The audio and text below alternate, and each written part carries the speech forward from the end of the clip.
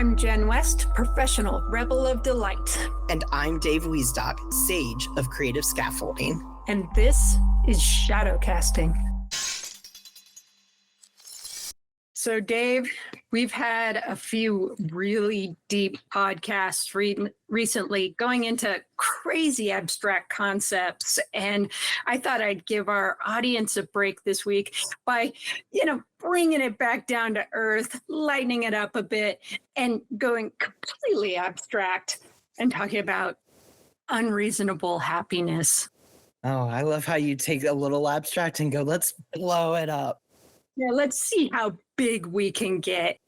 And, this idea of unreasonable happiness comes from Dan Millman's book, Way of the Peaceful Warrior.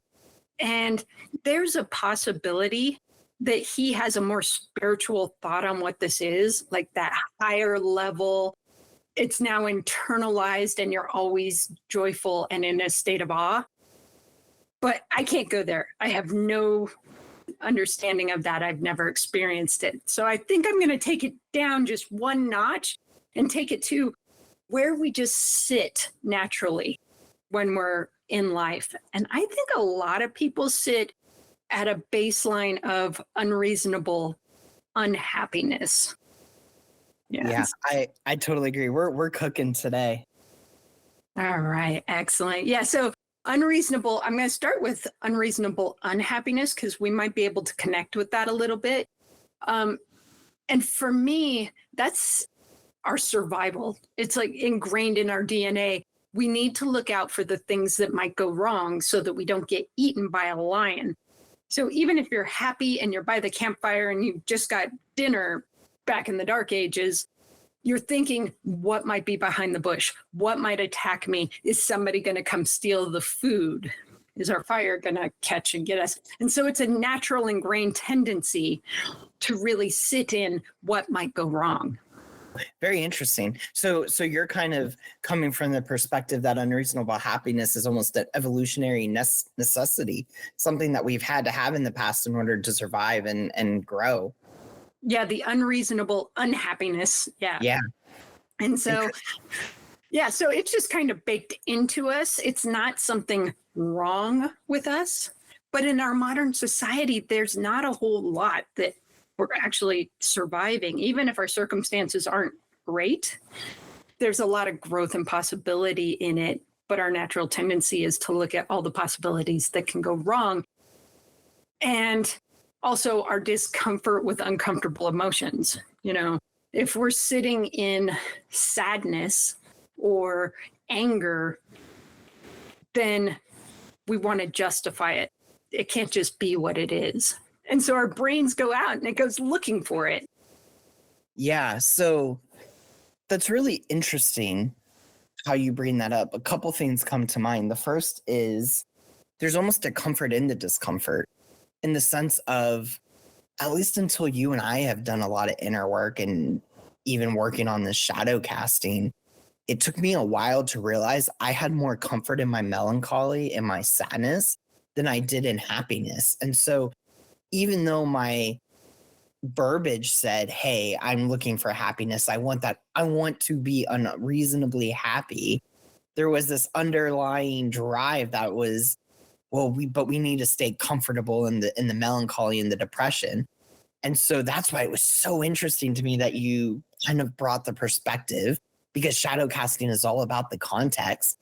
Maybe there is a context, and why it's so challenging for us is that as a society, as we've industrialized, as we've evolved, as we've moved out of the hunter-gatherer or even farmer past generations, we've moved into this idea of we need to move beyond the unreasonable happiness. Maybe it was reasonable unhappiness at one point, but unreasonable happiness is like just taking it to that next evolutionary stage, which is just so cool to think about. It just takes it to the next level. And I think you can start this with thinking about Stoic philosophy. And then you're not jumping to the content, happy state, but you're allowing emotions to be what they are. And as we explore emotions more through this podcast, this might make more sense. But I've found that if we feel emotions, as long as they're seen and they're not repressed or you try to hold on to them, they just come in, say their piece, and then flitter away. And so they rise and they fall and they come and they go. It's like the wind blowing. But we either hold on to them because we want them or we're comfortable with them, or we push them away and try not to have those, which makes them fight back like, you will see me. The Stoics are like, the emotions are there, but what actions are you going to take? Right. And this is taking me to what we were discussing before we started recording this podcast, which is that, and I want you to expand on this if you don't mind, but that idea of unreasonable happiness is more of a mentality then in that regard, rather than the emotion, because you can have the emotion of happiness, anger, sadness, and you can have this underlying current, and it's a choice. As you experience both these rise of emotions of what we kind of connotate as positive or negative emotions, you can have this underlying current. Is the current unreasonable unhappiness, or is it unreasonable happiness? And when you look at it from that perspective, to me at least, then it starts becoming this embodiment, this shift in mentality. Yeah, at first it'll be a focus. And I think that's why I went to Stoicism, because we have to build a new structure. It's back to habits, which we did a quote on habits. And yeah, so it's back to building those habits, changing those thoughts, all that good stuff. And first seeing where we currently are. But this is the next level. So emotions come, emotions go. There's sadness, there's happiness. And underlying that is our natural state. So for me, my natural state was melancholy. Like I'd be happy, something good in the environment or people would make me happy. And then other events would make me unhappy. And then events would make me happy. But my standard when nothing new was in the world was kind of a state of melancholy and pity party, that kind of stuff. So what needs to change in that is the focus that starts to raise the energy, that it's a contentedness with life, that life is cool and you want to be here. And so that it's just taking that a step up so that even though environmental things may make us still happy and sad, there's an underlying energy that's always content in the world, good or bad. And tying this back to, as you just said that, the circles we talked about, circles of control, influence, and concern. And I'm postulating here, as we're riffing on a podcast, there's this idea that's coming to mind of the further we move out of the circle of control, what we can actually affect within ourselves, the more I see us leaning into that unreasonable unhappiness, right? Because going and tying this to the evolutionary idea, I don't know why my brain's honing on that, but stay with me. The circle of concern was much wider in our hunter-gatherer days, right? You were talking about how we have to worry about predators around us and getting our next meal. Those things are mostly taken care of now with modern commodities and modern conveniences. And so our circle of concern in that aspect has kind of shrunk. And so it becomes, as we circle in and focus in on ourselves, I think that's where that unreasonable happiness can kind of start to spring forward. But again, looking at the larger picture of humanity, this is probably something that's going to be some work. And as you said, some focus, because it's a newer concept. It's something that isn't ingrained in us. I was thinking about my childhood, or really any of our childhoods. Even if our parents gave us a joyful childhood, or maybe we didn't have the best childhood, but we had a really good friend, there was always a message, no matter where you were at, whether you were watching the news, interacting with your family, that something was making someone else unreasonably unhappy. And when you're young enough, you kind of encode what people around you are sharing and how they're sharing things. That is the backdrop for your own emotional framework. And so to me, this kind of goes to that shadow inner child work a little bit of where did we pick up these messages that you had to be unreasonably unhappy? Maybe it's a learned thing. And so unreasonable happiness is this act of unlearning where you've kind of misapplied the thought that you had to be unreasonably unhappy. Because it's not easy, but it is simple. It's a choice. You can either choose to be unreasonably unhappy or you can choose to be unreasonably happy. And I think the unreasonable happiness comes from a recognition, like you were talking about, of riding that emotional roller coaster. Exactly. And if we think about it, just breathe into all of the relationship. Heck, all of the movies we watch are about the drama and connecting through well, not all of them are about that, but connecting through pain and things going wrong. And so when we are in a state of joy and things are working out just fine, it's harder to find connection because people are looking at, how can I help you? How can I make you feel better? Can I give you a hug because you're hurting? And when you're joyful, there is none of that. And I think as a society, at least in the weird society of Western cultures, the suffering is how we connect. And so having that base level where, yeah, we have joys together, but then, yeah, things are hard. Things aren't going well. Things aren't working out. There are things that could be a lot better. Instead of a mindset, things are pretty good. There are things I'm working on, but I'm figuring them out. That energy people don't know how to connect to, or they only know how to connect in really exciting ways. Like if you go to an amusement park or something, then everybody connects in the joy. But generally, we don't connect in the joy. And so I think that's why most people find their suffering, so that they can feel love and connection. And I love that because to me, that brings about this idea of empathy and human connection. And you're right. When you think about things, because we do talk about archetypes, let's talk about the archetype of the hero's journey. There's this circle of challenges and opportunities for growth that a hero has to go through.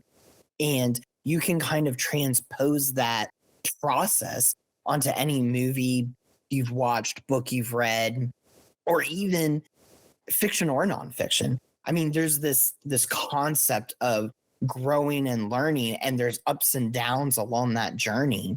Whether it's for ratings or for a true human connection, we have found as celebrating our humanity as part of that right now, that we can find these deep roots in the pain because we've all felt pain. And I would argue, though, that we've all found joy too. It's just the joy isn't self-fulfilling in the sense that when you have a issue, let's say I'm struggling with something and I come to you, Jen, or for the audience listening, you go to that friend, that mentor that you just got to talk something through, and you're saying, hey, I'm really going through this and I need to work through this problem, this issue, and I just need to talk it out, vent. Maybe I'm looking for a solution, maybe not.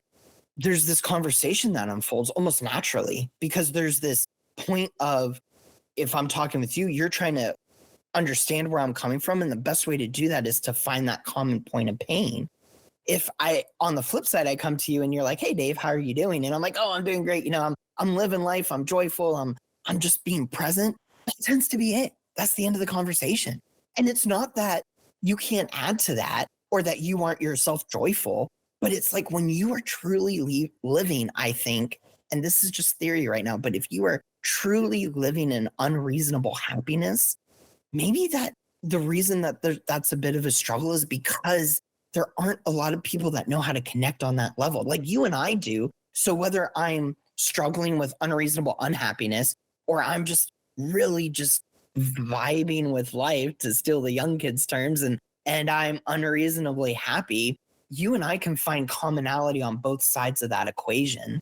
But when I go to someone that isn't really doing their inner work and they're more in that shadow and they're struggling, or there's something that's really just affecting their life right now, you almost have to meet them at that pain level and be okay with being there. And I'm rambling now, but I think before this, my point was made. So I'm just going to cut it there. And I hear what you're saying, and I'm following you. So your ramble was spot on. It really is this different energy that's not the cultural norm. So it's hard to find other people who are sitting in that same place, other people who can connect in the joy and rise together in it. Or if the other person's not sitting in that joy, allows it to bleed into their lives, because we allow the suffering to bleed in, and we can hold space and feel that pain with them. Even if we're having a great day, we can sit with that and be with that and then go back to our great day.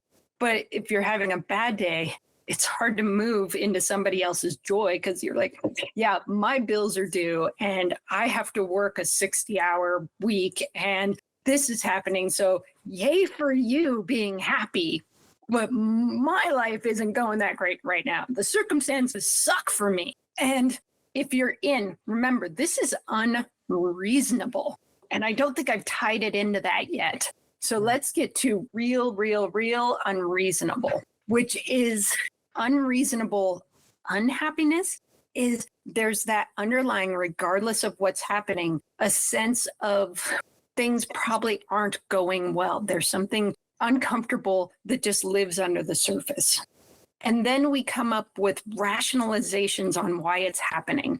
Oh, my childhood is the reason I feel this way. Or if you're extra sad when you get up some morning, it's, this and this and this happened the other day at work. Maybe that's why I'm sad today. So we are looking for reasons to rationalize how we're feeling already. So unreasonable happiness would be, I'm feeling kind of stable right now.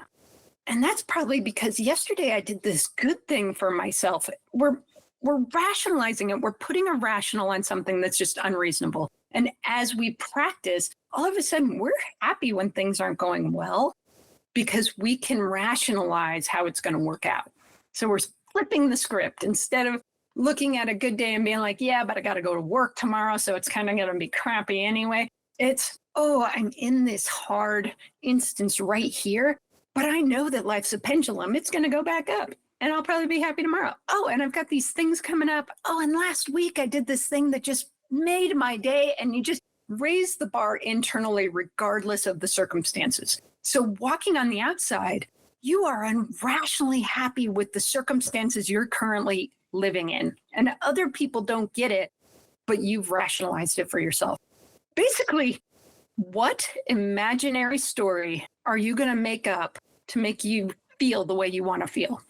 Most of the time we make up a story that makes us feel bad, and then we make it true. Or we can make up a story that makes us feel good, and we start to live into that, and that energy starts to flow into us. I loved that. That's awesome. It's abstract, so it's really hard to get words out. It's one of those things where you can feel it, but to turn it into language is really weird. It is. And so I'm sitting with this thinking about the mind. We haven't talked, that might be another good future podcast too. We haven't talked a lot about the mind yet. Mm-hmm. And I think you didn't directly say it, but I want to, for our audience listening, since we ourselves haven't done a podcast on this yet, I want to create that little footnote, I guess. So the mind is powerful. And the thing is that you are not your mind, so you can work with your mind. Your mind is going to produce a lot of thoughts, and you're going to think those thoughts whether you want to or not. The choice and the power comes in the action and the belief around those thoughts. So like Jen's saying, if you're having a really great day today and it's a Sunday and you get those, what do they call them? Sunday scaries because you have to go back to work on Monday. That's just a thought at that moment. The power you give it is when you start building on that thought. Well, I have the Sunday scaries because I've got a lot of emails to do. I've got to go to a job I don't like. I've got to cart the kids around in the morning, and then I've got 3 hours to get everything done around the house. And then I got to go pick them up. And your mind starts creating the story around why you have that thought, why you have that feeling. The power of the mind, though, is you can also have the Sunday scaries and go, that's tomorrow's problem, if you wanted to make a joke about. But you could also pivot the story. You don't know what tomorrow is going to bring. You don't know what tomorrow's going to be like. And so you have the choice. You can go, okay, I had this thought about not wanting to go to work on Monday tomorrow, for example. Or you can say, I had this thought and I recognize it. I'm going to sit with it. Maybe there's something to work on with there. And then you just let it go.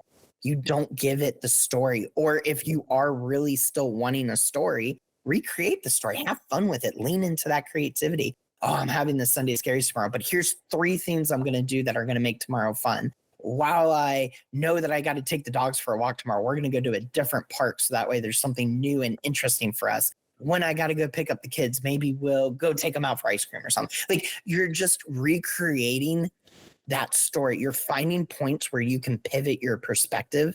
And that, I think, is how you build the unreasonable happiness. Because one of the other things I wanted to hit on is that, at least in my understanding, unreasonable happiness isn't, even though we've been saying it's the focus, it's more the byproduct. It comes from the work and the tools of shifting that perspective as you go through the roller coaster of emotions.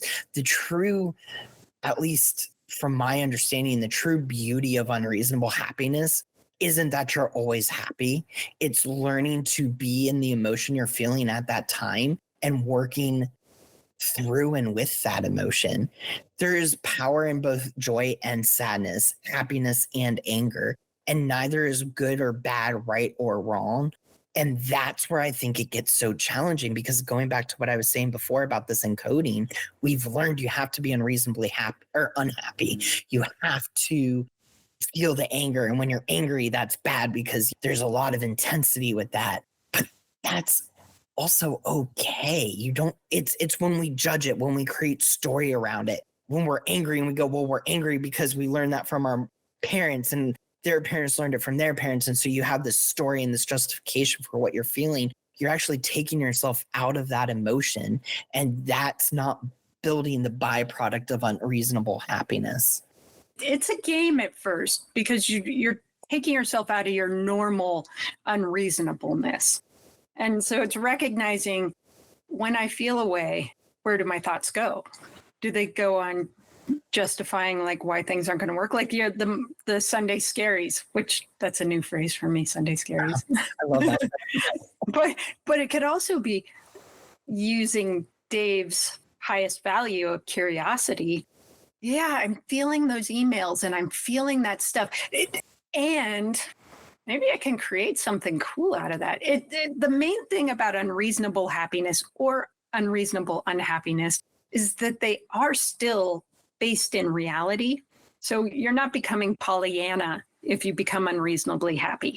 Life still exists as it is.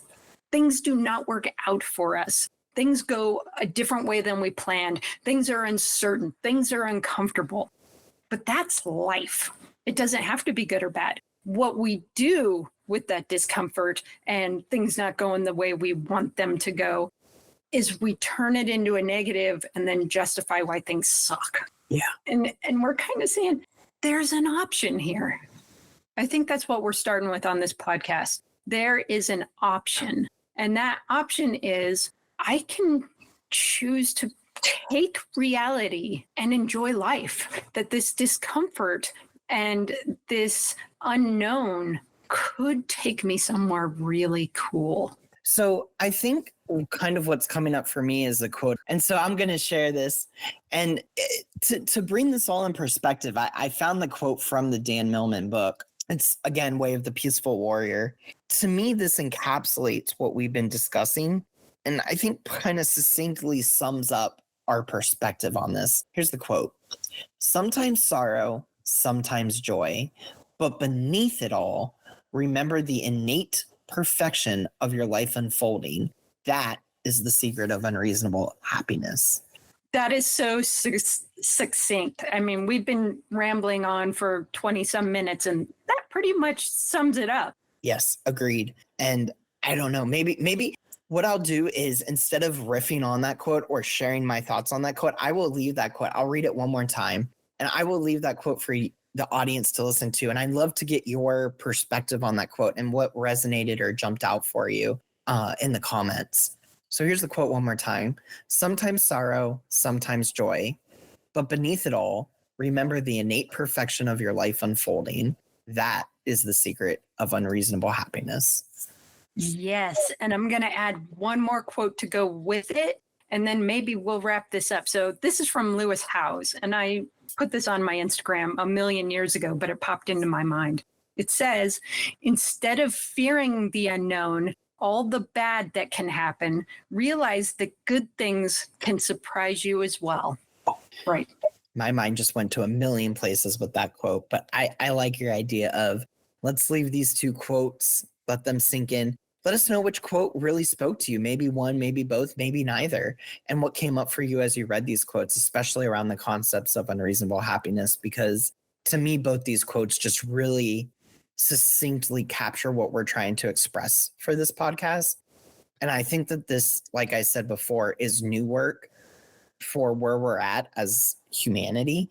And if we really want to celebrate our humanity, it's learning that up until this point, we have found deep connection and empathy with unreasonable unhappiness. And so now the challenge for all of us is to learn to find that deep connection with unreasonable happiness. And breathe into how they feel too, because we say that our unhappiness is reasonable. We have reasons for it. And can you hold that maybe we've come up with reasons, but initially it was just something we were feeling and it didn't have a story. And so we could play it the other way and just realize that we're unreasonable creatures that give reasons to things. Then pick the direction you want to go. I love that. And as always, make sure to comment, like, subscribe, share our podcast wherever you're listening from. Make sure to leave a note for us in the comments, letting us know what you think about this podcast, how unreasonable happiness might show up in your life, which of these quotes you breathed into and felt a stirring with. And as always, thanks for listening. Until next time. See ya.